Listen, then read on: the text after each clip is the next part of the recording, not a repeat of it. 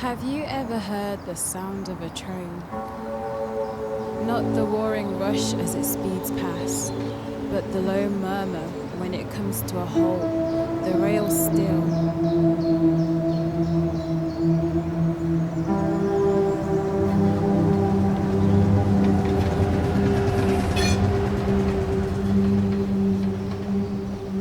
Trembling as if whispering something. I suppose she's heard that sound too.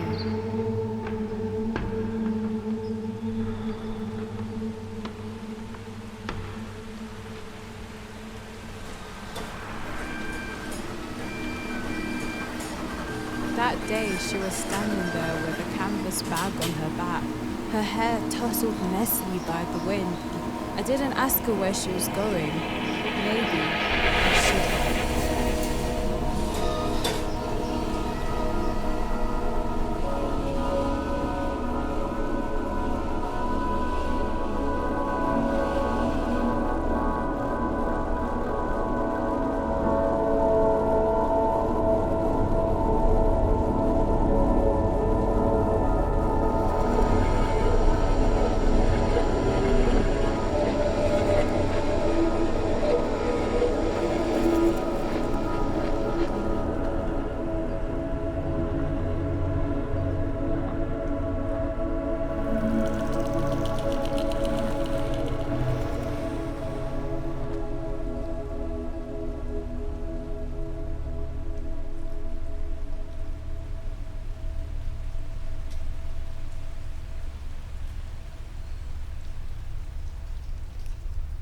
Listen. The rain seeps down from the ancient brick walls of Wellesley Tunnel. Drip, drip, falling onto the gravel between the rails, as if whispering an unsolved secret. They say that the girl who always carried a paintbrush was last seen inside this tunnel. It was a rainy night. The stone walls of 1849 echoed within her breath, the damp cold air swallowing her figure. Deep in the tunnel, the raindrops wove a fracture of elegy. The gravel murmur underfoot, as though still remembering the rhythm of her light steps. The wind slipped through the tunnel, carrying a trace of her scent, yet no one knew where she had gone.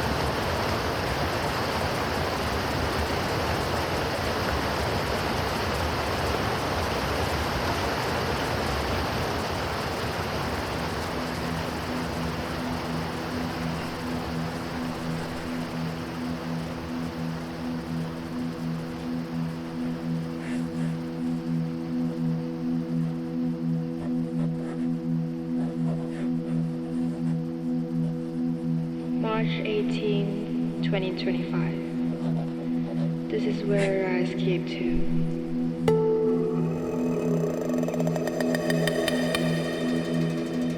The sound of the water wheel is like a heartbeat. turning the river into white froth. I'm sitting here again with my sketchbook. I started to trace the shape of the mill and the water wheel. It's just calming, just the sound of the water rushing and crashing like it's got something to say. And maybe it does. I close my eyes. I feel like I could disappear into the sound, like I could stay here forever.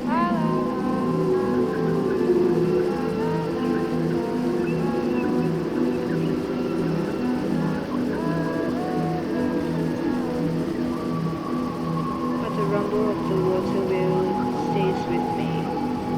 It's somehow pushing me forward. And today, I feel like going further. I don't really know where I'm going. I just know the water's voice is pulling me somewhere. Maybe I'll find answers.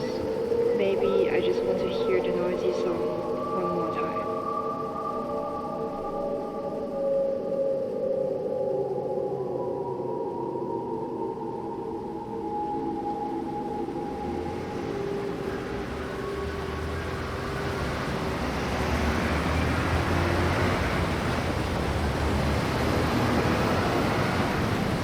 It was right here. At that moment, the rain suddenly started pouring down. The intersection was just as busy as usual. I was sitting inside the coffee on the corner, hiding from the rain. From the window, I could see her clearly because she didn't have an umbrella. She was completely soft. She just stared straight ahead like she was waiting for something. I didn't really think much of it at the time. Then, after a truck passed by, she suddenly stood up, threw her backpack on, and disappeared into a crowd. I couldn't see where she went. She didn't leave anything behind. And after that, I never saw her again.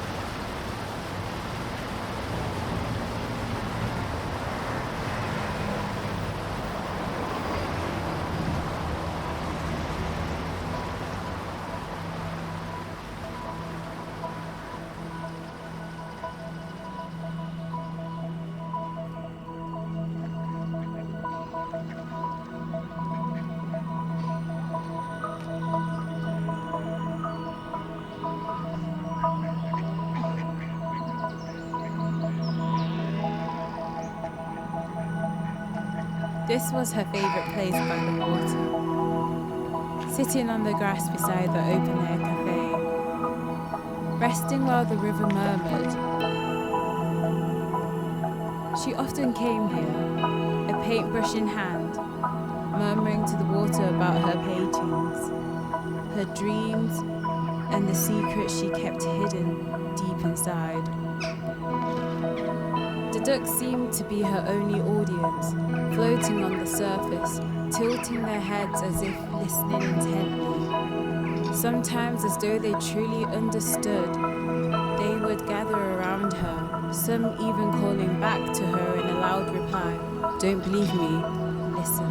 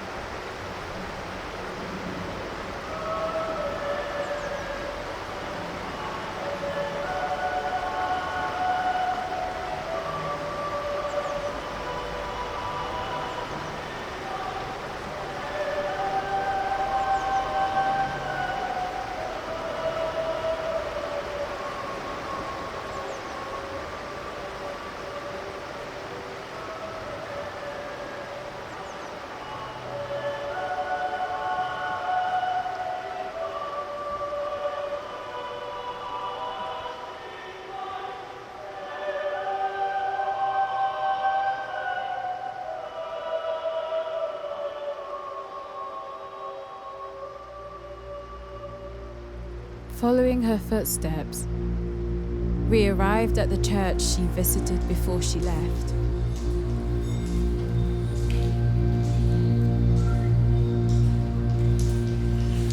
She stood quietly by the water, as if waiting for some kind of farewell ritual.